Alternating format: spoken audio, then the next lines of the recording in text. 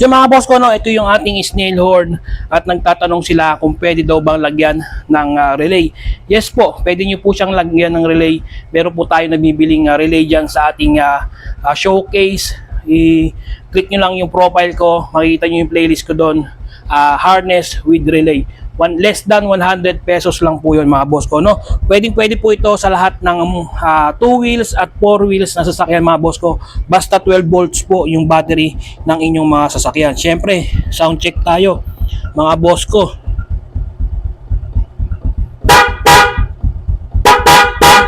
Yan, ganyan po siya kalakas mga boss ko, no? Isa pang sound check mga boss ko. Tapos mga boss ko, yan, ito yung kulay itim natin na snail horn. Yan, ganyan po siya. At ito yung harness na sinasabi ko sa inyo. Yan.